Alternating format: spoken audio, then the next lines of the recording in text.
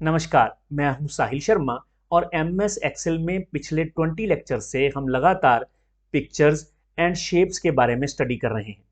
इस लेक्चर में मैं आपको स्मार्ट आर्ट ग्राफिक्स के बारे में बताऊंगा और यहां से हम स्मार्ट आर्ट ग्राफिक को सीखना स्टार्ट करेंगे। मैंने आपको पिक्चर्स एंड शेप्स नाम की प्लेलिस्ट में लेक्चर नंबर 11 में कनेक्ट करना सिखाया था शेप्स को। मैंने आपको बताया था कि अगर आप किसी भी इंफॉर्मेशन को डायग्रामेटिकली या विजुअली कन्वे करना चाहते हैं तो उस पर्टिकुलर केस में एमएस एक्सेल आपको जो प्रोवाइड करता है शेप्स, उन शेप्स को आप आपस में कनेक्ट कर सकते हैं और अलग अलग डायग्राम्स को जनरेट कर सकते हैं और उन जनरेट की गई डायग्राम से आप इंफॉर्मेशन को कन्वे कर सकते हैं, इंफॉर्मेशन को विजुअली रिप्रेजेंट कर सकते हैं। लेकिन डायग्राम्स को कनेक्ट करने के बाद उनके थ्रू इंफॉर्मेशन को कन्वे करना, ये एक लेंथी प्रोसीजर है। कितना अच्छा हो कि अगर एमएस एक्सेल हमें बाय डिफ़ॉल्ट रेडीमेड या कुछ इनबिल्ट डायग्राम्स प्रोवाइड कर दे। तो जी हाँ, एमएस एक्सेल हमारे लिए ऐसा करता है। एमएस एक्सेल हमें रेडीमेड डायग्राम्स प्रोवाइड करता है और इन्हीं रेडीमेड डायग्राम्स को स्मार्ट आर्ट ग्राफिक कहा जाता है और इन्हीं को इस लेक्चर से हम सीखेंगे। एमएस एक्सेल में मज़े की बात यह है कि एमएस एक्सेल इन डायग्राम्स को या इन स्मार्ट आर्ट ग्राफिक्स को अलग अलग कैटेगरीज में डिवाइड करके हमें प्रोवाइड करता है ताकि हम अपनी इंफॉर्मेशन को बढ़िया तरीके से रिप्रेजेंट कर सकें। एमएस एक्सेल हमें list smart art graphic, process smart art graphic, cycle smart art graphic, matrix smart art graphic, hierarchical smart art graphic and so on कई तरह के स्मार्ट आर्ट ग्राफिक डायग्राम्स को प्रोवाइड करता है। एक बात मैं यहाँ पर आपको बता दूं कि ये लेक्चर लेंथी होगा और हम स्मार्ट आर्ट ग्राफिक को डिटेल में सीखेंगे और इस लेक्चर को अगर आप स्किप नहीं करेंगे तो आपको बहुत कुछ सीखने को मिलेगा अगर आप इस लेक्चर को पूरा देखेंगे। साथ ही साथ अगर इस लेक्चर में आपको वैल्यू लगे तो इसे आप लाइक कीजिएगा, कमेंट कीजिएगा, शेयर कीजिएगा, चैनल को सब्सक्राइब कीजिएगा। तो चलिए देर न करते हुए इस लेक्चर को स्टार्ट करते हैं।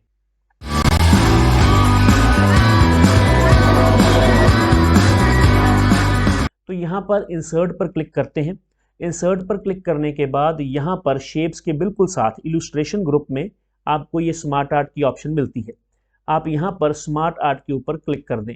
जैसे ही आप स्मार्ट आर्ट के ऊपर क्लिक करेंगे तो यहाँ पर choose a smart art graphic नाम का ये डायलॉग बॉक्स आपके सामने ओपन हो जाएगा। इस डायलॉग बॉक्स में आपको अलग अलग पैटर्न्स, अलग अलग लेआउट्स की डायग्राम्स देखने को मिलेंगी जिन्हें अलग अलग कैटेगरीज में डिवाइड किया गया है। अगर आपके पास कोई ऐसी इंफॉर्मेशन है जिसे आप लिस्ट की फॉर्म में शो करना चाहते हैं या विजुअली उस लिस्ट को आप विजुअली दिखाना चाहते हैं तो उस पर्टिकुलर केस में लिस्ट में आने वाली यहाँ पर क्लिक करें तो यहाँ पर आपको वही पैटर्न्स दिखाए जाएंगे या वही लेआउट दिखाए जाएंगे जिनमें आप नॉन सिक्वेंशियल इंफॉर्मेशन को जो कि आप लिस्ट की फॉर्म में विजुअली दिखाना चाहते हैं वो यहाँ पर आपको लेआउट्स दिए गए हैं। जिस भी पर्टिकुलर लेआउट के ऊपर आप क्लिक करेंगे उस लेआउट का यहाँ पर आपको डायग्राम दिखाई देगी और यहाँ पर उसकी आपको डेफिनेशन यानी कि ये कब आपको यूज़ करनी है, किस डेटा के लिए आप इसको यूज़ कर सकते हैं, यहाँ पर वो लिखा हुआ आपको दिखाई देगा। ये देखिए यहाँ पर अगर आप ध्यान से देखें तो यहाँ पर ये जो लिस्ट है इस पर्टिकुलर लिस्ट का नाम है vertical bracket list. Vertical bracket list इसका नाम है और use to show the grouped blocks of information works well with the large amount of level 2 text. तो ये इसकी डेफिनेशन है यानी ये किस तरह के डेटा के लिए इस्तेमाल होगी यहाँ पर ये बताया गया है। सबके लिए ऐसा ही है और यहाँ पर लिस्ट की बात की गई है। उसके बाद नेक्स्ट है प्रोसेस। मान लीजिए आप विजुअली कुछ ऐसी इंफॉर्मेशन को कन्वे करना चाहते हैं जो किसी प्रोसेस की को फॉलो कर रही है। प्रोसेस को फॉलो करने का मतलब है जिसमें स्टेप हैं, step 1, step 2, step 3, activity 1, activity 2, activity 3, जो एक प्रॉपर सीक्वेंस को फॉलो कर रही है। तो उस पर्टिकुलर केस में आपको प्रोसेस में आने वाली इन डायग्राम्स का या इन स्मार्ट आर्ट्स का इस्तेमाल करना है। ठीक है जी, चलिए अब हम साइकिल पर चलते हैं।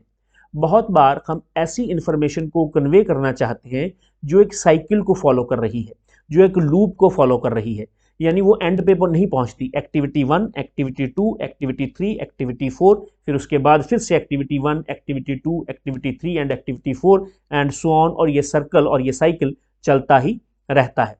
उसके बाद नेक्स्ट है हायरार्की।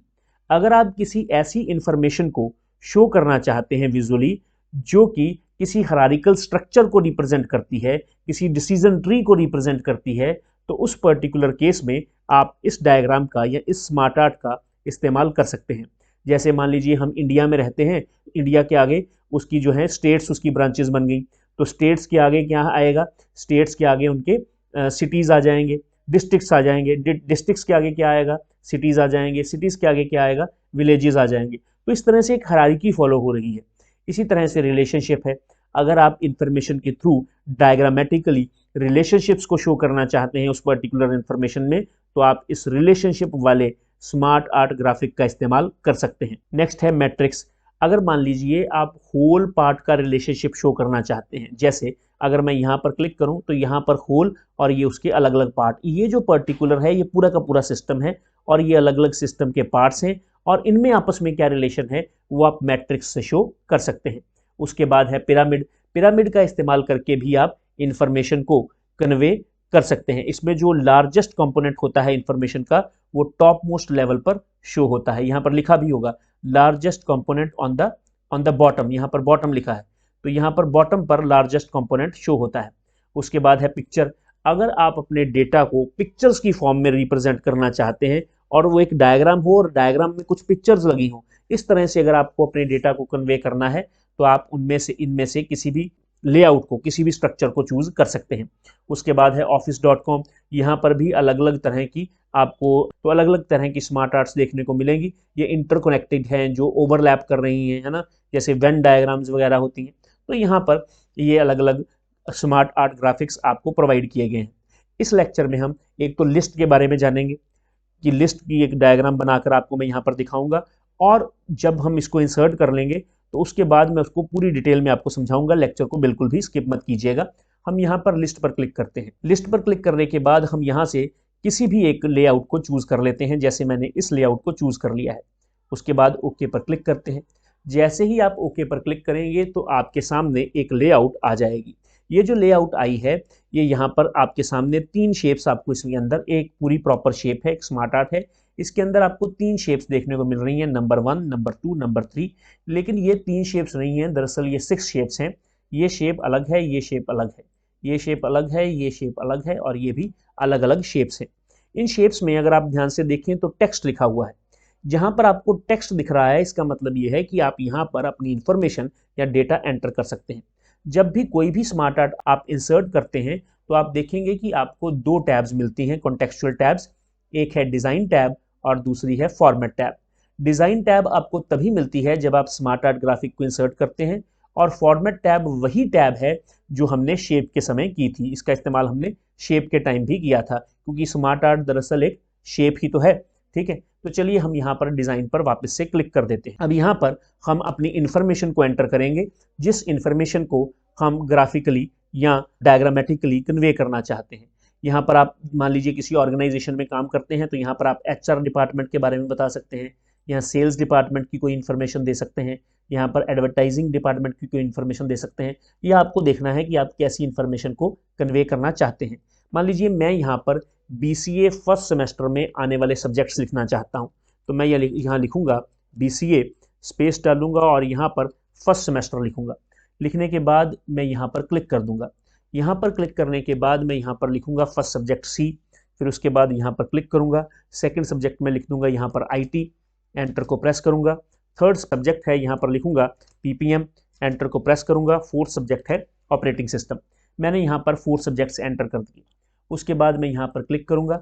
यहाँ पर क्लिक करने के बाद लिखूंगा BCA, स्पेस डालूंगा, सेकंड सेमेस्टर लिख दूंगा। सेकंड सेमेस्टर लिखने के बाद यहाँ पर क्लिक करूँगा और यहाँ पर C++ सब्जेक्ट लिखूंगा, और उसके बाद डाउन एरो की को प्रेस करूँगा और यहाँ पर मैं कौन सा सब्जेक्ट लिखूंगा, डाटा स्ट्रक्चर लिख देते हैं। डाटा स्ट्रक्चर लिखने के बाद एंटर की को प्रेस करूँगा। यहाँ पर मैं सब्जेक्ट लिखूंगा कंप्यूटर नेटवर्क्स, फिर उसके बाद मैं सब्जेक्ट लिखूंगा सिस्टम सॉफ्टवेयर। तो मैंने ये 2 सेमेस्टर्स के सब्जेक्ट यहाँ पर एंटर कर दिए हैं। इसी तरह से थर्ड सेमेस्टर। लेकिन जो टेक्स्ट को एंटर करने का ये मेथड जो है वो ज़्यादा बढ़िया नहीं है, इससे भी बढ़िया मेथड है। उस मेथड को समझते हैं। उस मेथड को समझने के लिए शुरू से इसी पर्टिकुलर स्मार्ट आर्ट को एक बार फिर से इंसर्ट करते हैं। इंसर्ट पर क्लिक करें।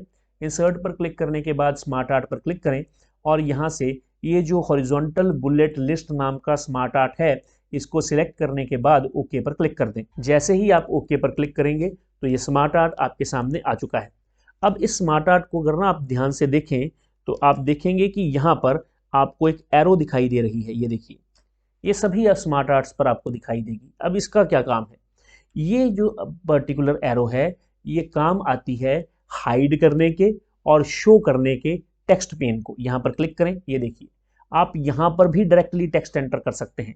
जो टेक्स्ट आपने यहाँ पर ग्राफिक्स के ऊपर या स्मार्ट आर्ट के ऊपर इंसर्ट किया था वो आप यहाँ पर इंसर्ट करेंगे और वो आपको स्मार्ट आर्ट ग्राफिक के ऊपर दिखाई देगा। यहाँ पर दोबारा से क्लिक कर देंगे तो हाइड हो जाएगा, फिर से क्लिक करेंगे शो हो जाएगा। यहाँ पर ये क्रॉस का बटन है, आप इसके ऊपर क्लिक करके भी इसको क्लोज कर सकते हैं। ये ज़रूरी नहीं है कि आपको यहाँ पर क्लिक करके ही टेक्स्ट पेन को लेकर आना है और यहाँ पर क्लिक करके ही इसको हाइड करना है। इस डिज़ाइन टैब में ये जो क्रिएटर ग्राफिक नाम का ग्रुप है इसमें यहाँ पर ये टेक्स्ट पेन की ऑप्शन है, ये एक टॉगल बटन है। जब आप इसके ऊपर क्लिक करेंगे तो टेक्स्ट पेन अपीयर होगा, फिर से क्लिक करेंगे तो टेक्स्ट पेन यहाँ से चला जाएगा। मैं इस टेक्स्ट पेन के ऊपर क्लिक कर देता हूँ। क्लिक करने के बाद जब आप देखेंगे कि यहाँ पर टेक्स्ट पेन यहाँ पर आ चुका है और आप यहाँ पर देखें, ये देखिए यहाँ पर ये जो फर्स्ट इसका जहाँ पर टेक्स्ट लिखा है इसके आसपास ऑरेंज कलर का एक स्क्वायर बना हुआ दिखाई दे रहा है।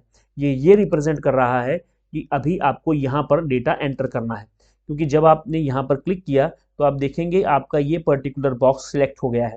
यहाँ पर अब आपको BCA फर्स्ट सेमेस्टर लिखना है। मैं यहाँ पर BCA फर्स्ट सेमेस्टर लिख देता हूँ।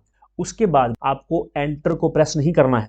याद रखिए, नीचे यहाँ पर पहुँचने के लिए एंटर को प्रेस नहीं करना है, आपको डाउन एरो की को प्रेस करना है। एंटर को प्रेस क्यों नहीं करना है और एंटर को प्रेस करने से इस समय क्या होगा ये मैं आपको बाद में बताऊंगा। अभी आपको एंटर को प्रेस नहीं करना है, डाउन एरो की को प्रेस करना है तो आप नेक्स्ट बॉक्स में आ जाएंगे। जब आप नेक्स्ट बॉक्स में आएंगे तो यहाँ पर आपको फर्स्ट सब्जेक्ट लिखना है और जो है सी लैंग्वेज। उसके बाद आपको फिर से डाउन एरो की को प्रेस करना है। फिर से डाउन एरो की को प्रेस करने के बाद यहाँ पर अब आप क्या लिखेंगे? यहाँ पर अब आप लिखेंगे IT नेक्स्ट सब्जेक्ट। लेकिन अब आपको डाउन एरो की को प्रेस नहीं करना है। अब आपको डाउन एरो की को प्रेस इसलिए नहीं करना है क्योंकि अगर आप डाउन एरो की को प्रेस करेंगे, ये देखिए जैसे मैंने कर दिया, तो आप इस पर्टिकुलर बॉक्स पर पहुंच जाएंगे। मुझे इस बॉक्स पर थोड़ी पहुंचना है, मुझे तो पीछे वाले बॉक्स पर ही रहना है। तो मैं अभी अपर एरो की को प्रेस करके अपने पीछे वाले बॉक्स पर पहुंच जाता हूँ। यहाँ पर पहुँचने के बाद अब मुझे एंटर को प्रेस करना है। एंटर को प्रेस करने के बाद मैं यहाँ पर नेक्स्ट सब्जेक्ट का नेम लिख दूंगा। उसके बाद फिर से एंटर को प्रेस करूंगा और यहाँ पर उससे अगले सब्जेक्ट का नाम लिख दूंगा। जितने भी सब्जेक्ट्स या जो भी इंफॉर्मेशन मुझे देनी है मैं यहाँ पर देता रहूँगा। उसके बाद अगर मुझे नेक्स्ट शेप में जाना है यानी इस पर्टिकुलर बॉक्स में पहुँचना है तो उसके लिए मैं यहाँ पर डाउन एरो की को प्रेस करूँगा। जैसे ही मैं डाउन एरो की को प्रेस करूँगा मैं यहाँ पर पहुँच जाऊँगा। एक चीज़ मैं यहाँ पर बता दूँ कि जो भी मैं यहाँ पर आपको समझा रहा हूँ ये सभी डायग्राम्स पर, सभी स्मार्ट आर्ट पर एप्लीकेबल होगा। ऐसा नहीं है कि ये सिर्फ लिस्ट पर ही एप्लीकेबल है और लिस्ट में भी ये अलग अलग लेआउट्स हैं। अब सभी लेआउट्स पर सेम चीज़ तो समझाई नहीं जा सकती। ये जो मैं चीज़ आपको समझा रहा हूँ ये सभी लेआउट्स पर ऐसे ही काम करेगी, ऐसे ही टेक्स्ट पेन आएगा और उस टेक्स्ट पेन में आपको ऐसे ही डेटा को एंटर करना है। तो चाहे आपने कोई सर्कुलर डेटा साइकिल वाला डायग्राम ली है, चाहे आपने कोई पिरामिड लिया है, टेक्स्ट पेन आपको ऐसे ही दिखाई देगा और आपको ऐसे ही डेटा एंटर करना है। तो अब मुझे यहाँ पर लिखना है BCA सेकंड सेमेस्टर, पेस्ट डालेंगे और सेकंड सेम लिख देंगे। अब मुझे नेक्स्ट पर आना है तो मैं यहाँ पर डाउन एरो की को प्रेस करूँगा। डाउन एरो की को प्रेस करने पर मैं नेक्स्ट शेप में आ जाऊँगा और यहाँ पर मुझे एक बुलेट दिखाई दे रहा है। इस बुलेट के आगे मैं यहाँ पर नेक्स्ट सब्जेक्ट लिखूँगा, तो मैंने यहाँ पर C++ लिख दिया है। फिर उसके बाद डाउन एरो की को प्रेस करूँगा। डाउन एरो की को प्रेस करने के बाद यहाँ पर मैं DS लिख दूँगा, DS, क्योंकि डाटा स्ट्रक्चर सब्जेक्ट है तो DS लिख दूँगा। फिर मैं एंटर की को प्रेस करूँगा और यहाँ पर कंप्यूटर नेटवर्क्स लिखूँगा। फिर से एंटर की को प्रेस करूँगा और यहाँ पर सिस्टम सॉफ्टवेयर लिख दूँगा। अब मुझे डाउन एरो की को प्रेस करना है तो मैं यहाँ पर पहुँच जाऊँगा। यहाँ पर मैं BCA लिखूँगा और यहाँ पर थर्ड सेम लिख दूँगा। BCA थर्ड सेम लिखने के बाद डाउन एरो की को प्रेस करूँगा, यहाँ पर .NET लिखूँगा। .NET एक सब्जेक्ट है, ये मैंने लिख लिया। डाउन एरो की को प्रेस करूँगा और यहाँ पर मैं लिखूँगा OR, ठीक है, ऑर्गेनाइजेशनल रिसर्च। एंटर की को प्रेस करूँगा, यहाँ पर RM लिखूँगा। एंटर की को प्रेस करूँगा, यहाँ पर MySQL लिखूँगा। बहुत ध्यान से देखिएगा, ये मैंने 3 सेमेस्टर्स का डेटा लिख लिया है। अब मान लीजिए मुझे 4th सेमेस्टर का डेटा भी चाहिए। यहाँ पर तो हमारे पास 3 ही सेमेस्टर्स का है। इसे शॉर्टकट की हेल्प से भी कर सकते हैं, लेकिन पहले मैं इसको आपको एक्चुअल मेथड बताता हूँ। आप इसको क्लोज कर दें यहाँ से। अब अगर यहाँ पर ये देखिए क्रिएट ग्राफिक में आप आएंगे तो यहाँ पर ये जो ऐड शेप है ना, ये तो डिम हुआ है, इस पर तो क्लिक होकर ऐड शेप हो ही नहीं रहा। आप ऐसा करें, आप यहाँ पर बाहर क्लिक करें, इस शेप को दोबारा फिर से सिलेक्ट कर लें, आ गया ऐड शेप। आप यहाँ पर क्लिक कर दें।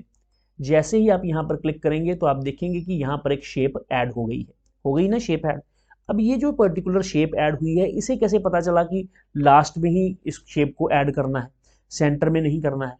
क्योंकि आपने जो सिलेक्ट किया है ना, इस पूरी की पूरी शेप को सिलेक्ट किया हुआ है, और उसके बाद यहाँ पर क्लिक करेंगे तो शेप जो है वो राइट साइड की तरफ ही ऐड होगी। ठीक है, मान लीजिए आपने इसको सिलेक्ट किया हुआ है, पूरी शेप तो सिलेक्ट है, लेकिन आपने सिर्फ ये सेकंड सेमेस्टर वाले बॉक्स को ही सिलेक्ट किया हुआ है। अब ऐड शेप पर क्लिक करें। जैसे ही आप ऐड शेप पर क्लिक करेंगे तो आप देखेंगे कि यहाँ पर एक शेप ऐड हो गई है, और वो इस शेप के राइट साइड पर ही ऐड हुई है। तो इसका मतलब ये है कि shapes by default right side की तरफ ही ऐड हो रही हैं, लेकिन मुझे शेप जो है वो पहले चाहिए, जिस शेप को मैंने सिलेक्ट किया हुआ है उस शेप से पहले। जैसे अगर मैंने इस शेप को सिलेक्ट किया है और इससे पहले मुझे शेप चाहिए, तो यहाँ पर ये एरो आपको दिखाई दे रहा है। ठीक है, दिस एरो, आपको इस एरो पर क्लिक करना है। आप इस एरो पर क्लिक करेंगे तो यहाँ पर आपको 5 ऑप्शंस मिलेंगी। Add shape after, add shape before, add shape above, add shape below और ऐड असिस्टेंट। हर एक पर्टिकुलर केस में या हर एक स्मार्ट आर्ट ग्राफिक के केस में कुछ ऑप्शंस आपको डिम मिलेंगी, कुछ ऑप्शंस आपको एक्टिव मिलेंगी। ये जो डायग्राम, ये जो स्मार्ट आर्ट हमने इंसर्ट किया है, इसमें ऐड शेप अबव या ऐड शेप बिलो वाली ये ऑप्शंस काम नहीं करेंगी, ऐड असिस्टेंट की ऑप्शन काम नहीं करेगी, क्योंकि ये अलग तरह की डायग्राम्स के लिए काम करते हैं। इस डायग्राम में ना तो मुझे कोई शेप अबव ऐड करनी है, ना ही मुझे कोई शेप बिलो ऐड करनी है। तो यहाँ पर क्या काम करेगा? ऐड शेप आफ्टर काम करेगा और ऐड शेप बिफोर काम करेगा। ठीक है जी, चलिए अब हमें क्या करना है, हमें ऐड शेप आफ्टर, ये जो बाहर अगर मैं क्लिक करता हूं ना, तो ये ऐड शेप आफ्टर ही हमेशा करता है। इसमें इस यहाँ पर डायरेक्टली क्लिक करने में, ये देखिए यहाँ पर डायरेक्टली क्लिक करने में, यहाँ पर डायरेक्टली क्लिक करने में या यहाँ पर क्लिक करने में कोई डिफरेंस नहीं है। ठीक है जी, लेकिन मुझे क्या करना है, मुझे बिफोर करना है। तो मैं ऐड शेप बिफोर पर क्लिक कर दूंगा, तो मेरी शेप राइट हैंड साइड पर ऐड होने की बजाय इन तीनों शेप्स के लेफ्ट हैंड साइड पर इंसर्ट हो जाएगी। मान लीजिए मैं यहाँ पर हूँ, ये देखिए यहाँ पर। अब अगर मैं यहाँ पर क्लिक करूंगा तो मेरी जो नई शेप आती है वो BCA सेकेंड सेमेस्टर के इस बॉक्स के बाद आती है, मुझे पहले चाहिए। तो मैं यहाँ पर क्लिक कर दूंगा। जैसे ही मैं यहाँ पर क्लिक करूंगा तो मैं ऐड शेप बिफोर पर क्लिक करूंगा, तो एक शेप इससे पहले आ जाएगी। तो इस तरह से आप नई शेप को इंसर्ट कर सकते हैं। मान लीजिए फिलहाल मुझे किसी तरह की कोई शेप नहीं चाहिए। मान लीजिए आप यहाँ पर हैं और आपको बुलेट चाहिए, तो आप यहाँ पर क्लिक करके भी नया बुलेट ऐड कर सकते हैं। वैसे तो हम एंटर की को प्रेस करके बुलेट ऐड करते हैं, लेकिन अगर आप यहाँ से करना चाहें तो यहाँ से भी बुलेट ऐड हो सकता है। मान लीजिए आप यहाँ पर हैं, यहाँ पर इस बॉक्स में हैं, और यहाँ पर हम क्लिक कर देते हैं, ये देखिए, और मैं इस समय यहाँ पर क्लिक करता हूँ माई सीक्वल पर। अब मुझे एक बॉक्स चाहिए जिसमें मुझे MCA 4th सेमेस्टर का डेटा एंटर करना है, और मैं यहाँ पर हूँ। तो यहाँ पर मुझे अब राइट हैंड साइड पर एक बॉक्स चाहिए। तो उसके लिए मैं क्या करूँगा, मैं एंटर की को प्रेस कर दूंगा। जब मैं एंटर की को प्रेस करूँगा तो आप देखेंगे कि यहाँ पर एंटर की को प्रेस करने से मैं यहाँ पर नीचे आ गया हूँ, और यहाँ पर एक और सब्जेक्ट लिख सकता हूँ। बॉक्स तो कोई आया नहीं, लेकिन बुलेट पॉइंट तो आ गया है ना। अब बुलेट पॉइंट या तो यहाँ रह सकता है, या फिर बुलेट पॉइंट जो है वो पीछे जा सकता है, जैसे ये यहाँ पर 3 BCA का बुलेट पॉइंट है। अगर मैं शिफ्ट और टैब को इकट्ठा प्रेस कर दूंगा, शिफ्ट और टैब को इकट्ठा प्रेस कर दूंगा, तो मेरा बुलेट पॉइंट लेफ्ट साइड की तरफ चला जाएगा। बुलेट पॉइंट लेफ्ट साइड की तरफ जाने का मतलब है कि आप BCA 1, BCA 2, BCA 3 की तरह एक नई हेडिंग देना चाहते हैं। ठीक है ना, तो यहाँ पर अब आप क्या करेंगे, यहाँ पर आप BCA 4th सेमेस्टर लिख देंगे। ठीक है, कोई परेशानी हो तो बताओ यहाँ तक। ठीक है ना, मैं यहाँ पर अब सब्जेक्ट्स के नेम्स को एंटर कर सकता हूँ। यहाँ पर एक चीज़ और समझने वाली है। अब अगर आप यहाँ पर डाउन एरो की को प्रेस करेंगे ना, तो ये देखिए यहाँ पर काम नहीं कर रही है। ये क्यों नहीं काम कर रही है? ये नीचे कब आता है? डाउन एरो की से ये यहाँ से यहाँ तब आता है जब यहाँ पर हमारे पास इस पर्टिकुलर बॉक्स में बुलेट्स हों। अब इस बॉक्स में तो हमारे पास बुलेट नहीं है, अगर मैं एंटर को प्रेस करूंगा तो ये तो नेक्स्ट में आ जाएगा, तो ये तो नेक्स्ट बॉक्स ले लेगा। क्यों? क्योंकि अभी ये एक्टिव है बुलेट पॉइंट, एंटर को प्रेस करने से ये नेक्स्ट में आ जाएगा। अब मुझे यहाँ पर नीचे आना है तो मैं क्या करूँ? ये करने का एक मेथड बताता हूँ। एक मेथड ये है कि आप ऐड बुलेट पर क्लिक कर दें, ठीक है, पहला मेथड। दूसरा मेथड क्या है? आप ऐड बुलेट पर नहीं जाना चाहते, आप एंटर को प्रेस करें। अब आप कहेंगे कि एंटर को प्रेस करने से तो एक तो बॉक्स हमें मिल गया, दूसरा यहाँ पर हमारे पास एक बुलेट आ गया बुलेट आपके पास तो कोई प्रॉब्लम नहीं है। आपको क्या करना है? अब आपको यहाँ पर टैब को प्रेस कर देना है। जैसे ही आप टैब को प्रेस करेंगे तो आपका बुलेट जो पहले यहाँ पर था, BCA1 के नीचे था, वो थोड़ा सा राइट हैंड की साइड की तरफ शिफ्ट हो गया है और यहाँ पर आने के बाद उसने इस बॉक्स को सिलेक्ट कर लिया है। और यहाँ पर इसको बहुत ध्यान से समझिएगा, और यहाँ पर अब मैं सब्जेक्ट्स के नेम्स लिख दूंगा। जैसे मैंने यहाँ पर लिखा जावा, एंटर को प्रेस किया, और यहाँ पर लिखा DS, फिर से एंटर को प्रेस किया, यहाँ पर लिखा CN, फिर से एंटर को प्रेस किया, और यहाँ पर लिखा SS। दरअसल ये जो मेथड मैंने आपको करवाया है ना, इससे बॉक्स तो ऐड हो गया है, लेकिन ये कोई नए बॉक्स को ऐड करने का मेथड या बॉक्स को हटाने का मेथड नहीं है। दरअसल ये प्रमोट और डिमोट का मेथड है। अब ये प्रमोट और डिमोट क्या होते हैं वो समझते हैं। मान लीजिए यहाँ पर, ये देखिए यहाँ पर आते हैं, इसको सिलेक्ट कर लेते हैं। यहाँ पर आपको दो बटन्स, इसको सिलेक्ट कर लें, यहाँ पर आपको दो बटन्स देखने को मिलते हैं, यहाँ पर प्रमोट और डिमोट। ठीक है जी, इनके बारे में बात करेंगे। ये हमारे असल में जो टैब और शिफ्ट टैब है ना, ये उसी के साथ लिंक है। यहाँ पर मैंने इसको सिलेक्ट कर लिया। इसको सिलेक्ट करने के बाद यहाँ पर ना तो प्रमोट काम कर रहा है ना डिमोट काम कर रहा है। मैं यहाँ पर क्लिक करता हूँ। जैसे ही मैंने इसको सिलेक्ट किया तो यहाँ प्रमोट तो नहीं काम कर रहा, डिमोट काम कर रहा है। मान लीजिए ये डायग्राम आपने क्रिएट की है, लेकिन अब आप ये चाहते हैं कि देखिए BCA 1 सेमेस्टर और BCA सेकेंड सेमेस्टर हैं तो फर्स्ट ईयर का पार्ट ही, एक ही साल में 2 सेमेस्टर होते हैं, तो क्यों ना BCA फर्स्ट सेमेस्टर और BCA सेकेंड सेमेस्टर के इन सब्जेक्ट्स को हम कंबाइन करके एक ही डायग्राम में ले आएं और उसका नाम हम बाद में BCA फर्स्ट ईयर रख देंगे, है ना? ऐसा कर सकते हैं हम? जी हाँ, हम ऐसा कर सकते हैं। उसके लिए हमें इसको डिमोट करना होगा। डिमोट करने का मतलब है कि आप यहाँ पर क्लिक कर दें। ये देखिए मैंने यहाँ पर क्लिक कर दिया। जैसे ही मैंने यहाँ पर क्लिक किया तो आप देखेंगे कि ये बॉक्स, पूरे का पूरा बॉक्स और उसके अंदर का जो भी डेटा था वो डिमोट होकर यहाँ पर आ गया है।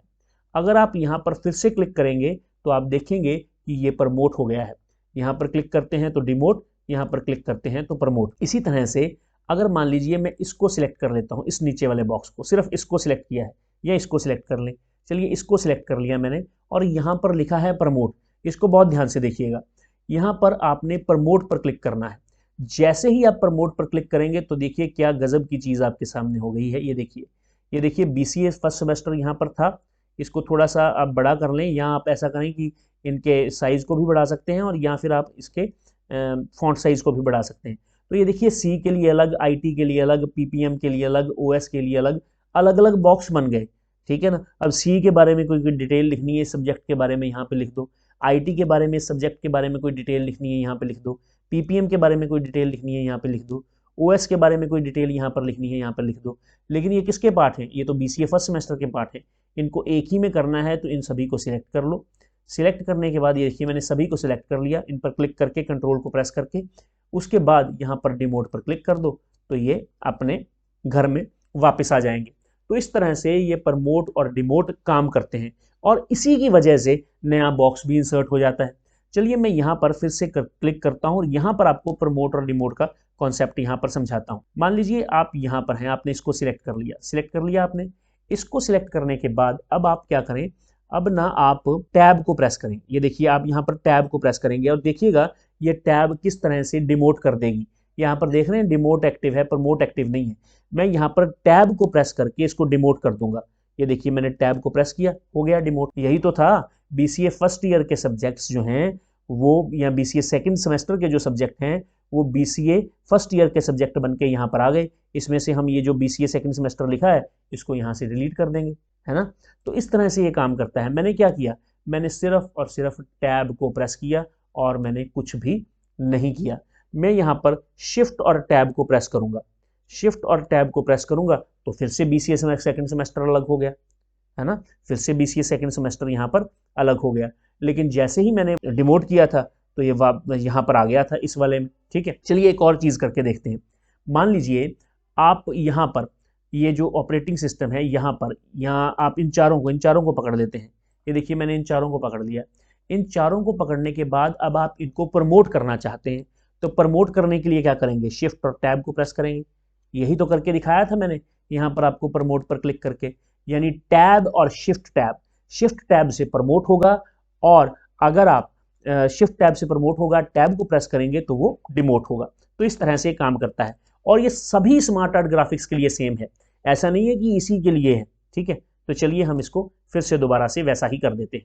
चलिए, अच्छा प्रमोट डिमोट में ना मैं एक चीज़ आपको और बता देता हूँ। जैसे यहाँ पर आप क्लिक करें, ये देखिए मैंने यहाँ पर इसको सिलेक्ट कर लिया और इसको प्रमोट पे क्लिक किया तो पीपीएम प्रमोट हो जाएगा। ये देखिए पीपीएम प्रमोट हो गया। क्यों? क्योंकि मेरा जो कर्सर था वो मैंने यहाँ पे रखा है। यहाँ पे क्लिक करें, प्रमोट पर क्लिक करें तो ये प्रमोट हो गया अकेला। आप किसी भी इंफॉर्मेशन को भी अकेली को प्रमोट कर सकते हैं। चलिए आगे देखते हैं। इसको सिलेक्ट करें। अब यहाँ पर लिखा है राइट टू लेफ्ट।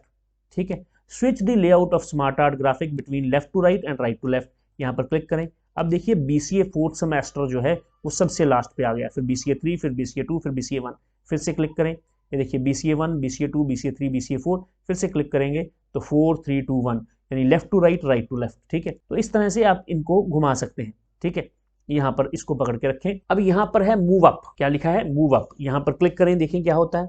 ये देखिए कहाँ पहुँच गया, ये यहाँ पहुँच गया। फिर से मूव अप करें, ये देखिए एक स्टेप राइट की तरफ। फिर से मूव अप करें, एक स्टेप राइट की तरफ। यहाँ पर आ जाएं, इसको सिलेक्ट कर लें, यहाँ पर मूव अप करें, ये देखिए इस तरफ चला गया। मूव डाउन करें, ये देखिए मूव डाउन करेंगे तो ये अपने प्लेस पर वापस आना शुरू हो जाएगा। इसको यहाँ पर लें और यहाँ पर मूव डाउन करें, ये देखिए यहाँ पर आ गया। अब इसको मूव डाउन करने की ज़रूरत नहीं है, इसको भी मूव डाउन करने की ज़रूरत नहीं है। तो इस तरह से मूव डाउन मूव अप करके भी उनको आप इधर उधर कर सकते हैं। अच्छा, एक चीज़ और है कि मूव डाउन और मूव अप यहाँ पर भी काम करता है। मान लीजिए पीपीएम आपको ऊपर चाहिए और आईटी नीचे चाहिए, तो पीपीएम को के आगे यहाँ पर क्लिक करके यहाँ मूव अप पर क्लिक कर दें, पीपीएम ऊपर पहुँच गया। मूव डाउन पर क्लिक करें, पीपीएम नीचे आ गया। तो इस तरह से भी ये काम करता है। ठीक है ना मज़ेदार चीज़ें। तो चलिए अभी हमने यहाँ पर क्रिएट ग्राफिक ग्रुप में आने वाली सभी ऑप्शंस को समझ लिया है। यहाँ पर ये एक ऑप्शन है जिसका नाम है लेआउट, लेकिन ये अभी डिम है, एक्टिव नहीं है। उसका कारण ये है कि ये तभी काम करती है जब आप ऑर्गेनाइजेशनल चार्ट का इस्तेमाल करते हैं, यानी किसी ऐसी डायग्राम का इस्तेमाल करते हैं जो हायरार्की कैटेगरी को बिलोंग करती है। जब आप माउस के कर्सर को यहाँ पर लेकर जाते हैं तो ये इसके बारे में बताता भी है। यहाँ पर लिखा है this option is available only if you are using an organisational chart layout found in the hierarchy category. तो आपके पास हायरार्की कैटेगरी की डायग्राम अगर होगी तब ये लेआउट काम करती है। तो चलिए अब हम यहाँ पर आते हैं और यहाँ से ना मैं ये फोर्थ सेमेस्टर को यहाँ से हटा देता हूँ। मैंने सिर्फ बैक स्पेस को प्रेस किया है 2 बार और फोर्थ सेमेस्टर यहाँ से चला गया है। अब मैंने इसको क्यों हटाया है इसके बारे में भी अभी हम बात करेंगे, लेकिन सबसे पहले हम ऐसा करते हैं कि हम इस डायग्राम के कलर को चेंज करते हैं ताकि इसको थोड़ा सा हम अट्रैक्टिव बना सकें। ठीक है, तो उसके लिए आपको क्या करना है, उसके लिए आप इस डायग्राम को सिलेक्ट करके रखें, डिज़ाइन पर क्लिक करें, यहाँ कलर्स पर क्लिक कर दें। तो यहाँ पर देखिए यहाँ पर अलग अलग तरह के कलर्स हैं। आप कोई भी पर्टिकुलर कलर जो भी आपको अपनी डायग्राम के अकॉर्डिंग सूट करता है आप उस कलर को सिलेक्ट कर सकते हैं। जैसे मैंने इस कलर को सिलेक्ट कर लिया है, तो ये देखिए यहाँ पर ये एक बहुत बढ़िया डायग्राम बन के आपके सामने आ गई है। आप इसके फॉन्ट के कलर को चेंज कर सकते हैं, आप इसकी फॉन्ट की टाइप को चेंज कर सकते हैं, वो भी आप कर सकते हैं। ठीक है, तो चलिए उसके बाद यहाँ पर स्मार्ट आर्ट स्टाइल्स हैं, यहाँ पर क्लिक करेंगे तो यहाँ पर आपको अलग अलग स्टाइल्स देखने को मिलते हैं। आप किसी भी स्टाइल को सिलेक्ट कर सकते हैं। यहाँ पर आपके पास 3D स्टाइल्स हैं, आप 3D स्टाइल्स भी ले सकते हैं। देखिए जो भी स्टाइल आपको अच्छा लग रहा है आप उस पर्टिकुलर स्टाइल को सिलेक्ट कर सकते हैं। ये देखिए, तो मुझे ये स्टाइल ठीक लग रहा है या ये स्टाइल बेटर लग रहा है तो मैं इस स्टाइल को ले लेता हूँ। और ये डायग्राम आपको और भी अट्रैक्टिव लगेगी अगर आप व्यू में जाकर यहाँ से ग्रिड लाइन्स को हटा देंगे। तो ये देखिए ये एक प्रॉपर डायग्राम आपके सामने आ चुकी है। चलिए हम डिज़ाइन में वापस क्लिक करते हैं। डिज़ाइन पर क्लिक करने के बाद आप अगर यहाँ पर क्लिक करेंगे तो यहाँ पर अब हमें इसे अलग अलग लेआउट्स में लेकर देखते हैं। जैसे मैं इसके साइज़ को थोड़ा और कम कर लेता हूँ ताकि चीज़ें आपको साफ साफ दिखाई दें। इसको यहाँ से पकड़ते हैं और इसको थोड़ा सा इधर यहाँ पे कर लेते हैं। अब आप यहाँ से मैं डिज़ाइन सेलेक्ट करूँगा और आप इसको चेंज होते देखिएगा। ये देखिए अब आप इसको फ़ॉन्ट साइज़ आपको छोटा लग रहा होगा, आप इस डायग्राम के साइज़ को बड़ा करके या फ़ॉन्ट साइज़ को चेंज करके आप इसको बड़ा करके देख सकते हैं। ये भी एक लेआउट है, आप इस लेआउट में देख सकते हैं। फ़ॉन्ट साइज़ ज़रूर कम है लेकिन उसको आप बढ़ा भी सकते हैं। ये देखिए यहाँ पर, लेकिन ये बढ़िया डायग्राम नहीं है क्योंकि यहाँ पर आपको पिक्चर भी चाहिए। आपका डेटा ऐसा होना चाहिए जिसमें आपको पिक्चर भी लगानी है। जैसे मान लीजिए कोई आप किसी भी पर्सन के बारे में बता रहे हैं या किसी ऑर्गेनाइजेशन के बारे में बता रहे हैं, उस ऑर्गेनाइजेशन की फ़ोटो लगा दें। ये देखिए, ये एक मेथड हो सकता है। एक लेआउट ये हो सकती है, एक लेआउट ये हो सकती है, एक ये लेआउट हो सकती है। देखिए ये भी अच्छी लेआउट है ना। ये लेआउट हो सकती है, ये लेआउट हो सकती है। ये देखिए बढ़िया लेआउट है। यहाँ पर ये लेआउट तो हमने काम किया ही है। चेक बॉक्स वाली लेआउट है। जैसे मान लीजिए यहाँ पर नीचे कुछ सब्जेक्ट्स के नेम्स हैं, आपको टिक करना है कि आपको कौन सा सब्जेक्ट चूज़ करना है। यहाँ पर ये भी अच्छी डायग्राम है, लेकिन यहाँ पर आपको फ़ोटो चाहिए, तो आपके पास डाटा ऐसा होना चाहिए जिसमें आपको पिक्चर्स भी लगानी है। ये भी एक डायग्राम है, लेकिन इसमें भी आपको फ़ोटोज़ चाहिए, है ना। तो आपको देखना है कि आपका डेटा कैसा है। ये भी बढ़िया डायग्राम है, ये भी बढ़िया स्मार्ट आर्ट है, ये भी है, ये भी है। ये देखिए यहाँ पर एरो भी दिखाई दे रही है, यानी BCA 1 के बाद BCA 2, BCA 2 के बाद BCA 3। यहाँ पर आएंगे, ये तो बहुत ही बढ़िया लग रहा है ना। चलिए यहाँ पर देखते हैं, ये भी अच्छा है, लेकिन इसमें भी पिक्चर्स चाहिए। तो डाटा ऐसा हो जो पिक्चर्स के थ्रू रिप्रेजेंट हो सके। ये देखिए, है ना। तो यहाँ पर आप BCA 1 में जिसने टॉप किया है उसकी फ़ोटो लगा सकते हैं, फिर उसकी फ़ोटो लगा सकते हैं जिसने BCA 2 में टॉप किया है, फिर उसकी फ़ोटो लगा सकते हैं जिसने BCA 3 में टॉप किया है। यहाँ पर भी ऐसा ही है। फ़ॉन्ट साइज़ को आप बड़ा कर लीजिएगा। यहाँ पर क्लिक करते हैं तो ये भी बढ़िया है। यहाँ पर भी फ़ोटोज़ वाला ही चलेगा, यहाँ पर भी फ़ोटोज़ वाला चलेगा। यहाँ पर आएंगे तो यहाँ पर भी फ़ोटोज़ वाला ही काम करेगा। यहाँ पर आएंगे, ये भी बढ़िया है, ये भी अच्छा है। यहाँ पर क्लिक करें, ये भी अच्छा है। ये देखिए, मैं सभी आपको एक एक करके दिखा रहा हूँ। ये देखिए, ये बहुत बढ़िया है। यहाँ पर आएँ, ये देखिए, यहाँ पर क्लिक करें, ये पिरामिड की फॉर्म में है। यहाँ पर आ जाएँ, ये देख लें, ये भी बहुत अच्छा लग रहा है। यहाँ पर देखें, यहाँ पर आएँ, ठीक है। उसके बाद ये देखिए, यहाँ पर ये भी बहुत अच्छा लग रहा है ना। यहाँ पर आएंगे, ये भी बढ़िया लग रहा है। ये ओवरलैप्ड सी पिक्चर है। यहाँ पर क्लिक करें, उसके बाद आप यहाँ पर देखें, है ना। तो इस तरह से आप इनमें से किसी भी डायग्राम को चूज़ कर सकते हैं। लेकिन ये जो लेआउट्स हमने देखी हैं, इन पर्टिकुलर लेआउट्स में, इन सभी लेआउट्स में एक चीज़ आपको नोट करने वाली है, वो ये है कि कुछ एक में हमें फ़ोटोज़ की ज़रूरत पड़ती है, पिक्चर्स की ज़रूरत पड़ती है। अब उनको, उसकी भी मैं एक एग्जांपल आपको देकर बताता हूँ। जैसे मान लीजिए आप इसको यहाँ पर, आप यहाँ पर इंसर्ट पर आ जाएँ। हम ना यहाँ पर नीचे आते हैं, यहाँ पर इंसर्ट करेंगे। इंसर्ट पर आने के बाद आप यहाँ पर स्मार्ट आर्ट पर क्लिक करें। स्मार्ट आर्ट पर क्लिक करने के बाद आप यहाँ से वो डायग्राम लें जिसमें आपको पिक्चर्स की ज़रूरत पड़ती है। जैसे मैं यहाँ पर ये ले लेता हूँ, इसका नाम है पिक्चर कैप्शन लिस्ट। तो हम इसको सिलेक्ट कर लेते हैं, ओके पर क्लिक करते हैं, तो यहाँ पर ये पिक्चर कैप्शन लिस्ट आ गई है। मैं इसको थोड़ा सा नीचे की तरफ ले जाता हूँ। ये देखिए, मैं इसको यहाँ पर ले आया। अब इसमें सभी में हमें पिक्चर्स भी डालनी है और टेक्स्ट के लिए भी जगह बनी हुई है। अब यहाँ पर डायरेक्टली क्लिक करेंगे तो भी आप पिक्चर्स ऐड कर सकते हैं, और अगर आप यहाँ पर टेक्स्ट पेन को ओपन कर लेंगे और यहाँ पर क्लिक करेंगे, फिर भी आप पिक्चर्स को इंसर्ट कर सकते हैं। टेक्स्ट को इंसर्ट करने के लिए आप यहाँ पर क्लिक करें, या फिर आप यहाँ पर भी क्लिक कर सकते हैं। दोनों में ये काम करेगा। चलिए मैं यहाँ पर इसको सिलेक्ट करता हूँ और यह देखिए यहाँ पर क्लिक कर देता हूँ। जैसे ही यहाँ पर क्लिक करूँगा, अब मान लीजिए मुझे ना जो इंडिया के फेमस लीडर्स हुए हैं या इंडिया की फेमस पर्सनैलिटीज़ हुई हैं, उनके बारे में कुछ लिखना है, या उनके नेम्स विद पिक्चर्स लिखने हैं। तो मैं इस डायग्राम के थ्रू उनको रिप्रेजेंट करना चाहता हूँ। तो यहाँ पर आऊँगा और फ्रॉम ए फाइल पर क्लिक कर दूंगा। अगर मुझे कोई आइकन लगाना है तो फ्रॉम आइकन्स पर क्लिक करूँगा। अगर मुझे ऑनलाइन कोई पिक्चर उठानी है तो उसके लिए मैं ऑनलाइन पिक्चर्स पर क्लिक कर दूंगा। लेकिन पिक्चर्स मेरे पीसी में हैं तो मैं फ्रॉम ए फाइल पर क्लिक कर दूंगा। फ्रॉम ए फाइल पर क्लिक करने पर यहाँ डेस्कटॉप पर एक पिक्चर्स नाम का फोल्डर पड़ा है, मैं इसके ऊपर डबल क्लिक करूँगा। तो यहाँ से मैं इन पिक्चर्स को ले लूँगा। जैसे मैंने यहाँ से महात्मा गांधी की इस पिक्चर को चूज़ कर लिया, यहाँ इंसर्ट पर क्लिक कर दिया, तो महात्मा गांधी की पिक्चर जो है वो यहाँ पर आ गई। अब मैं यहाँ पर क्लिक करूँगा, फ्रॉम ए फाइल पर क्लिक करूँगा, और यहाँ पर डॉक्टर BR अम्बेडकर जी की पिक्चर है, यहाँ पर इंसर्ट पर क्लिक करूँगा, ये उनकी पिक्चर भी आ गई। फिर उसके बाद यहाँ पर क्लिक करूँगा, फ्रॉम ए फाइल पर क्लिक करूँगा, और यहाँ पर रविंद्रनाथ टैगोर जी की पिक्चर है, यहाँ इंसर्ट पर क्लिक करूँगा, तो रविंद्रनाथ टैगोर जी की ये पिक्चर आ गई। उसके बाद मैं यहाँ पर क्लिक करूँगा। यहाँ पर क्लिक करने के बाद फ्रॉम ए फाइल पर क्लिक करूँगा। फ्रॉम ए फाइल पर क्लिक करने के बाद यहाँ से मैं स्वामी विवेकानंद जी की पिक्चर को उठा लूँगा। तो ये पिक्चर्स मेरे सामने आ गई हैं। अब मुझे यहाँ पर टेक्स्ट लिखना है। यहाँ पर मैं लिखूँगा महात्मा गांधी, महात्मा गांधी, ठीक है। यहाँ पर मैंने महात्मा गांधी लिखा। गांधी में हम ऐसा करते हैं कि इस जी को कैपिटल कर लेते हैं, ठीक है जी। चलिए, तो ये महात्मा गांधी लिख दिया। यहाँ पर BR अम्बेडकर, BR अम्बेडकर, यहाँ पर हमने BR अम्बेडकर लिखा। यहाँ पर हम लिखेंगे रविंद्रनाथ टैगोर, रविंद्र, हो सकता है स्पेलिंग गलत हो जाए, रविंद्रनाथ टैगोर, ठीक है। यहाँ पर मैंने रविंद्रनाथ टैगोर लिखा। यहाँ पर आएंगे तो यहाँ पर मैंने स्वामी विवेकानंदा, विवेकानंदा या स्वामी विवेकानंद भी इनको कहते हैं, ठीक है। उसके बाद मैं इसको बंद कर दूंगा। उसके बाद अगर आप चाहें तो आप इसके साइज़ को बड़ा भी कर सकते हैं। देखिए, मैंने इसके साइज़ को बड़ा कर दिया है। और इसको चाहें तो आप इसको थोड़ा सा नीचे भी कर सकते हैं। यहाँ से आपको महात्मा गांधी का टेक्स्ट जो है वो थोड़ा सा यहाँ से नीचा करना पड़ेगा। ये देखिए मैं इसको थोड़ा सा नीचे यहाँ पर कर रहा हूँ। इसी तरह से बी आर अम्बेडकर ठीक है, ये भी ठीक है। तो अगर इसकी फ़ोटो को आपको नीचे करना है तो आप इसकी फ़ोटो को, इनकी पिक्चर को थोड़ा नीचे कर सकते हैं। यहाँ पर आ जाएं, यहाँ पर आने के बाद आप यहाँ पर इसको नीचे कर दें। इसी तरह से रविंद्रनाथ टैगोर जी के ये जो टेक्स्ट है इसको नीचे कर दें और इसको आप यहाँ पर नीचे कर सकते हैं। ठीक है जी। तो ये बढ़िया एक मैंने लेआउट तैयार कर दी है। अब इस लेआउट को हम सिलेक्ट कर लेते हैं। देखिए मैंने इस लेआउट को सिलेक्ट कर लिया है। सिलेक्ट करने के बाद डिज़ाइन में जाएंगे।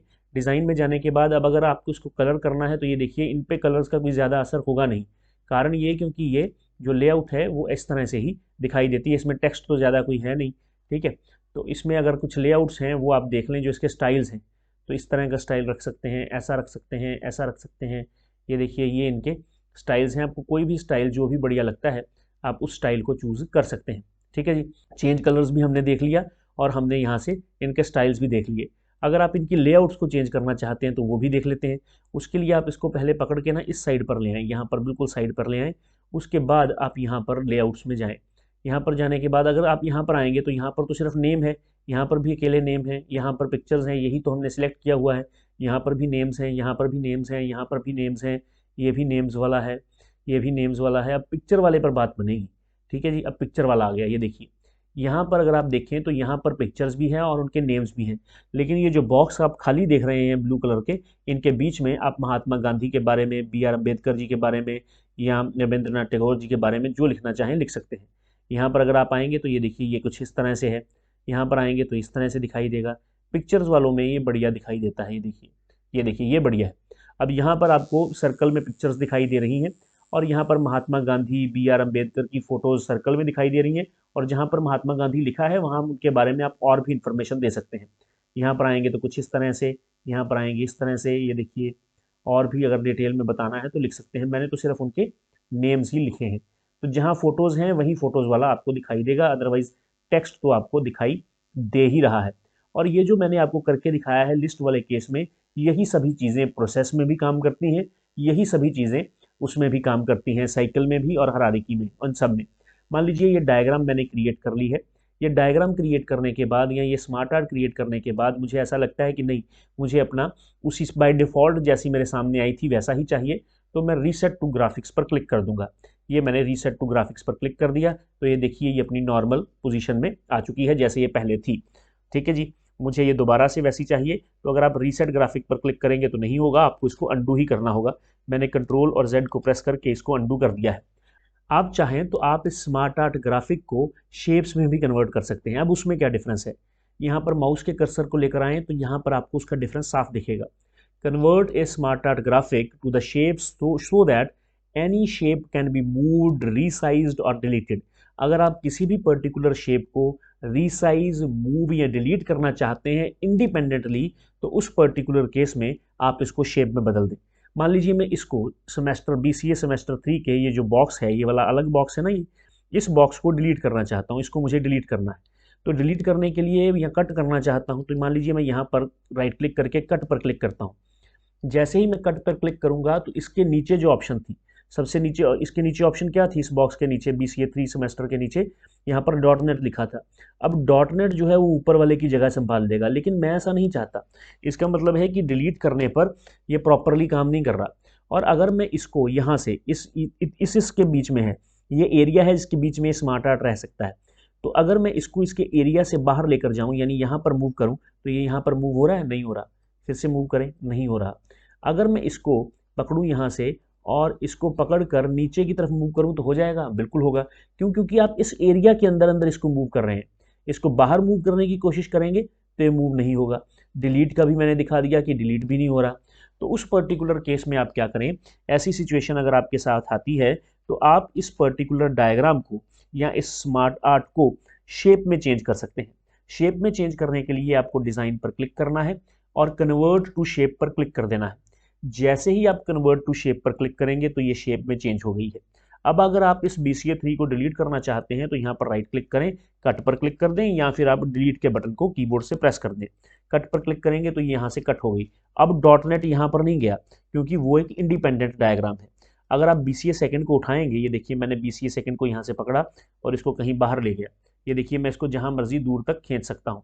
और अगर मैं इसको यहाँ पर क्लिक करूँ तो ये देखिए मैं इसको कहीं भी लेकर जा सकता हूँ। इंडिपेंडेंटली आप इसको कहीं भी मूव कर सकते हैं। वो जो था वो पहले बाहर नहीं जा रहा था, लेकिन अब आप इसको कहीं भी मूव जो है वो कर सकते हैं। देखिए ठीक है ये उसी एरिया में, लेकिन ये कहीं भी मूव हो पा रहा है। ये देखिए यहाँ पर आ गया, यहाँ पर रखना है यहाँ पर रख दें, तो इंडिपेंडेंटली इसके साइज़ को इंडिपेंडेंटली आप इंक्रीज़ कर सकते हैं। ये देखिए मैंने इसके साइज़ को इंक्रीज़ कर दिया। ये चीज़ें स्मार्ट आर्ट ग्राफिक्स में पॉसिबल नहीं थी, इसलिए मैंने इसको स्मार्ट आर्ट ग्राफिक्स से शेप में चेंज कर दिया। तो हमने यहाँ पर, अगर मैं इसको दोबारा से फिर से स्मार्ट आर्ट ग्राफिक में चेंज करता हूँ और डिज़ाइन पर क्लिक करता हूँ, तो हमने इस ग्रुप में आने वाली सभी ऑप्शंस को कर लिया है। क्रिएट ग्राफिक को, लेआउट को, चेंज कलर को, स्मार्ट आर्ट स्टाइल्स को और रीसेट को। और सभी डायग्राम्स के लिए, चाहे वो साइक्लिक डायग्राम है, साइक्लिक स्मार्ट आर्ट है, चाहे वो रिलेशनशिप का स्मार्ट आर्ट है, चाहे वो पिरामिड का स्मार्ट आर्ट है, सबके लिए ऐसा ही काम करता है। लेकिन फिर भी मैं साइकिल के लिए साइकिल जो स्मार्ट आर्ट है, ये प्रोसेस जो स्मार्ट आर्ट है, इसके लिए नेक्स्ट लेक्चर में आपको ये वाले स्मार्ट आर्ट्स भी बना के दिखा दूंगा। और आपको ये जो क्रिएट ग्राफिक में आने वाली ऑप्शन है, बिल्कुल एज इट इज़ वैसे ही काम करेंगी जैसे इन्होंने लिस्ट के लिए काम किया है। अब हमने डिज़ाइन टैब में आने वाले सभी ग्रुप्स को डिटेल में समझ लिया है, लेकिन जब हम स्मार्ट आर्ट को इंसर्ट करते हैं तो सिर्फ डिज़ाइन ग्रुप थोड़ी आता है, सिर्फ डिज़ाइन टैब थोड़ी हमें मिलती है, कॉन्टेक्चुअल टैब, हमें तो ये फॉर्मेट भी मिलती है। लेकिन मैंने आपको बताया था कि इस फॉर्मेट वाली टैब में आने वाली सभी की सभी ऑप्शंस वही हैं जो आपको शेप में मिलती हैं, जैसे shape style, word art styles, text accessibility, arrange, size. जी हाँ वही हैं, ये सारी की सारी वही हैं। लेकिन ये जो ग्रुप आप देख रहे हैं फॉर्मेट टैब में आने वाला शेप्स, ये वो ग्रुप नहीं है। तो फिर ये कौन सा ग्रुप है? देखिए मान लीजिए मैं यहाँ पर साइड पर कहीं भी क्लिक कर लेता हूँ, क्लिक करने के बाद इंसर्ट पर क्लिक करता हूँ और यहाँ शेप पर क्लिक करके किसी भी शेप को यहाँ पर इंसर्ट कर लेता हूँ। मैंने ये शेप इंसर्ट कर ली है। अब आपको इस फॉर्मेट टैब को देखना है, इसमें सभी की सभी वही ऑप्शंस हैं जो आपको यहाँ पर दिखाई देती हैं, इस फॉर्मेट टैब में दिखाई देती हैं। लेकिन डिफरेंस ये है कि जब आप इस शेप को सिलेक्ट करते हैं तो शेप को सिलेक्ट करने पर जो आपको ड्राइंग टूल्स की ये फॉर्मेट कॉन्टेक्चुअल टैब मिलती है, यहाँ पर ये जो फर्स्ट ग्रुप है वो इंसर्ट शेप्स का ग्रुप है। लेकिन अगर आप किसी स्मार्ट आर्ट को सिलेक्ट करते हैं तो स्मार्ट आर्ट को सिलेक्ट करने पर, जैसे मैंने ये स्मार्ट आर्ट सिलेक्ट किया हुआ है, तो स्मार्ट आर्ट को सिलेक्ट करने पर आपको दो टैब्स मिलती हैं, डिज़ाइन एंड फॉर्मेट। जब आप इस फॉर्मेट टैब पर क्लिक करते हैं तो यहाँ पर आपको इंसर्ट शेप की कोई भी किसी भी तरह की कोई भी ऑप्शन या कोई भी ग्रुप नहीं मिलता, यहाँ पर आपको शेप्स का ग्रुप मिलता है। और क्योंकि ये तो ऑलरेडी हमने सिलेक्ट किया हुआ है तो इंसर्ट स्मार्ट आर्ट या इंसर्ट शेप का तो सवाल ही खड़ा नहीं होता। तो फिर यहाँ पर क्या है, यहाँ पर चेंज शेप की ऑप्शन है। आप चाहें तो आप इस शेप को चेंज भी कर सकते हैं। देखिए हमारे पास ये शेप्स हैं, है ना, यहाँ पर ये शेप थोड़ी सी, क्योंकि ये अलग अलग शेप्स है ना, तो इनमें से मान लीजिए मैंने ये शेप, ये वाली शेप सिलेक्ट कर ली, BCA1 वाली शेप सिर्फ सिलेक्ट की। अब मैं यहाँ पर चेंज शेप पर क्लिक करता हूँ। चेंज शेप पर क्लिक करने के बाद मुझे ये नहीं शेप चाहिए, यहाँ से मैं कोई और शेप ले लेता हूँ। जैसे मैंने ये सर्कल ले लिया तो मुझे BCA1 कुछ इस तरह से चाहिए, इसी तरह से मैं इसको सिलेक्ट कर लेता हूँ। आप दोनों को चाहें कंट्रोल को प्रेस करके इकट्ठा भी सिलेक्ट कर सकते हैं, तो मैंने इकट्ठा सिलेक्ट कर लिया। यहाँ पर चेंज शेप पर क्लिक किया और मुझे इनके लिए भी सर्कल ही चाहिए, तो ये देखिए मैंने इनके लिए सर्कल्स ले लिए हैं। अब ये बढ़िया बनी है डायग्राम या नहीं बढ़िया बनी वो अलग बात है, लेकिन आप इन शेप्स को चेंज कर सकते हैं। आप चाहें तो आप इन नीचे वाली शेप्स को भी चेंज कर सकते हैं। आप चाहें तो आप इनके साइज को इंक्रीज या डिक्रीज भी कर सकते हैं। जैसे मैंने इसको सिलेक्ट कर लिया और लार्जर पर क्लिक किया, लार्जर पर क्लिक करेंगे तो आप देखेंगे, ये देखिए इसका साइज जो है वो बड़ा होता जा रहा है। जैसे जैसे इसका साइज बड़ा होगा, इसके नीचे दिए गई ये वाली जो पर्टिकुलर शेप है, इसका साइज थोड़ा सा छोटा होता जाएगा। ये देखिए ये कितना बड़ा साइज हो गया है। आप चाहें तो आप इनके साइज को भी बढ़ा सकते हैं, आप चाहें तो आप इसके साइज को भी बढ़ा सकते हैं। लार्जर करें इसको, ये देखिए ये बड़ा होता जा रहा है। स्मॉलर करें, ये यहाँ से इस तरह से स्मॉल होता जाएगा। ठीक है, तो आप इनके साइज को बड़ा या छोटा भी कर सकते हैं। ठीक है, और साथ ही साथ आप इनको रोटेट भी कर सकते हैं। यहाँ पर आपको यहाँ पर ये रोटेशन का हैंडल भी मिलता है, आप चाहें तो आप इसे इस तरह से रोटेट कर लें। ये आपको देखना है कि आपको ये डायग्राम किस पर्टिकुलर केस में बेस्ट लगती है। ठीक है, अब यहाँ पर अगर मैं इसको सिलेक्ट कर लूँ, ठीक है, तो यहाँ पर एक ऑप्शन है एडिट इन 2D, ये तो चल नहीं रही। ये क्यों नहीं चल रही? ये इसलिए नहीं चल रही क्योंकि ये जो तब चलती है जब आपने उस स्टाइल को सिलेक्ट किया हो जो 3D स्टाइल हो। ठीक है, तो सबसे पहले आप 3D स्टाइल को सिलेक्ट कर लें। उसके लिए आप इस डायग्राम को सिलेक्ट करके रखें और डिज़ाइन में जाएं। डिज़ाइन में जाने के बाद आप स्मार्ट आर्ट स्टाइल्स में जाएं और यहाँ से किसी बढ़िया से 3D स्टाइल को जो ऐसे घूम कर, ये देखिए इस तरह से मान लीजिए ये स्टाइल ले लें आप, ये भी बढ़िया स्टाइल है, ये स्टाइल ले लें। तो हमने ये स्टाइल ले लिया। अब ये स्टाइल ले लिया, लेकिन काम करते करते मुझे ऐसा लगता है कि नहीं, मुझे 2D में ही चाहिए, तो मैं फॉर्मेट पर क्लिक करके एडिट इन 2D कर दूंगा। एडिट इन 2D करने के बाद ये देखिए ये इस तरह से दोबारा फिर से 2D में आ जाएगी। अब मुझे इस शेप में कुछ चेंजेस करने हैं तो वो मैं चेंजेस जैसे भी चाहूँ वैसे कर सकता हूँ। तो इस तरह से ये शेप जो है काम करती हैं। अब ये जो पर्टिकुलर स्मार्ट आर्ट है ये भी वैसे ही काम करेगा जैसे एक नॉर्मल शेप काम करती है। ये भी एक शेप है, ये भी एक शेप है। किसी भी शेप को आप सिलेक्ट कर लें, जैसे मैंने इन तीनों शेप्स को सिलेक्ट कर लिया। सिलेक्ट करने के बाद आप यहाँ से इनका स्टाइल भी चेंज कर सकते हैं। ये देखिए आप जैसा स्टाइल चाहें आप वैसा स्टाइल इनका ले सकते हैं। जैसे मैंने ये वाला पर्टिकुलर स्टाइल यहाँ से ले लिया है, ये स्टाइल मैंने ले लिया, या आप ये स्टाइल ले लें, या आप ये स्टाइल ले लें, कोई भी स्टाइल आप ले सकते हैं। जैसे हमने ये स्टाइल ले लिया है, ये स्टाइल लेने से इन तीनों का जो कलर है वो सेम हो गया है। मैं ना इसको पूरी की पूरी स्मार्ट आर्ट को ही यहाँ से उठाता हूँ, इसको क्लिक करें यहाँ पर और इसको थोड़ा सा यहाँ पर कर देता हूँ। ये मैं बताता हूँ मैंने यहाँ पर क्यों किया है। उसके बाद आप यहाँ पर डिज़ाइन पर क्लिक करें और आप यहाँ पर फॉर्मेट पर क्लिक करें। यह है शेप फिल, यहाँ पर क्लिक करें, पहले शेप को सिलेक्ट कर लें। चलो ये सिलेक्ट किया, बैकग्राउंड चेंज होगी इससे, तो आपने इसको सिलेक्ट कर लिया। सिलेक्ट करने के बाद शेप फिल में जाएंगे ना, तो जहाँ जहाँ पर भी ये डायग्राम है वहाँ नहीं, जहाँ जहाँ पर ये डायग्राम नहीं है, जैसे इस एरिया में कोई डायग्राम नहीं है, ये एरिया खाली छोड़ा हुआ है बीच में, है ना, तो जहाँ जहाँ पर वो खाली छोड़ा हुआ एरिया है वहाँ वहाँ पर आपकी इसकी बैकग्राउंड चेंज हो जाएगी, क्योंकि इसने शेप को फिल करना है। और अगर आप मोर फिल कलर्स पर चलेंगे तो यहाँ पर आपको और भी कलर मिल जाएंगे। ठीक है, तो यहाँ पर शेप फिल पर फिर से क्लिक करेंगे तो यहाँ पर आप कोई पिक्चर भी इंसर्ट कर सकते हैं। यहाँ पर आपको ग्रेडियंट कोई फिल करना है तो ग्रेडियंट भी फिल कर सकते हैं कलर। यहाँ पर आपको कोई टेक्सचर फिल करना है तो आप कोई टेक्सचर भी फिल कर सकते हैं। देखिए, तो इस तरह से ये चीज़ें काम करती हैं। लेकिन अगर आपने किसी शेप को सिलेक्ट कर लिया, जैसे मैंने इस शेप को सिलेक्ट कर लिया, यहाँ पर क्लिक करेंगे तो यहाँ पर ग्रेडियंट में आएंगे तो इस तरह से ग्रेडियंट आपको मिल जाएगा। यहाँ से अगर आपको टेक्सचर चेंज करना है तो आप इसका टेक्सचर भी चेंज कर सकते हैं। ठीक है ना, तो ये आपको देखना है कि आपकी रिक्वायरमेंट क्या है। तो यहाँ पर फॉर्मेट पर क्लिक करते हैं और शेप आउटलाइन पर क्लिक करेंगे। इसी शेप को सिलेक्ट किया हुआ है मैंने। इस शेप को सिलेक्ट करने के बाद आप शेप की आउटलाइन ले सकते हैं, उसके वेट को इंक्रीज या डिक्रीज कर सकते हैं। जो आउटलाइन लेंगे उसका वेट, उस लाइन का वेट, तो ये मैंने आउटलाइन ले ली और उसका ये वेट ले लिया। ठीक है, तो इस तरह से ये चीज़ें काम करती हैं। तो अगर आप वेट को कोई कलर भी देना चाहते हैं तो वो भी आप दे सकते हैं। जैसे अगर आप शेप आउटलाइन में जाएँ तो ये कलर दे दें। ये देखिए जैसे ही मैं ग्रीन करूँगा तो आपको इसके आसपास ये देखिए ग्रीन कलर दिखाई देना शुरू हो जाएगा। तो ये शेप आउटलाइन है और ये सब चीज़ें हम शेप में कर चुके हैं। यहाँ पर शेप इफेक्ट्स हैं, अगर आप इनको कोई इफेक्ट देना चाहें आप ऐसा करें, सारे को सिलेक्ट कर लें। जैसे मैंने इस पूरे को सिलेक्ट कर लिया और शेप इफेक्ट्स में जाएँ तो ये देखिए इस तरह से आप किसी भी तरह का कोई भी इफेक्ट जहाँ पर आप दे सकते हैं। अपना इसको उठाकर ना, इसको उठाकर इधर इस वाली साइड पर लेके आएँ और इसके साइज़ को थोड़ा आप कम कर लें। ये देखिए मैंने इस तरह से इसको साइज़ को कम कर लिया। अब आप यहाँ पर क्लिक करें और यहाँ पर शेप इफेक्ट्स में आएँ तो यहाँ पर आपको शैडो, ये वाले शेप इफेक्ट्स देखने को मिलेंगे। ठीक है, यहाँ पर रिफ्लेक्शन भी है तो आप यहाँ पर रिफ्लेक्शन भी देख पाएंगे। ये देखिए आपको रिफ्लेक्शन दिख रही है ना, यहाँ पर ये देखिए ये रिफ्लेक्शन है। तो ये इसी वजह से आई है क्योंकि हमने शेप इफेक्ट्स का इस्तेमाल किया है। सॉफ्ट एजेस हैं, ये 3D रोटेशंस हैं। ये देखिए इस तरह से आप इसको रोटेट कर सकते हैं।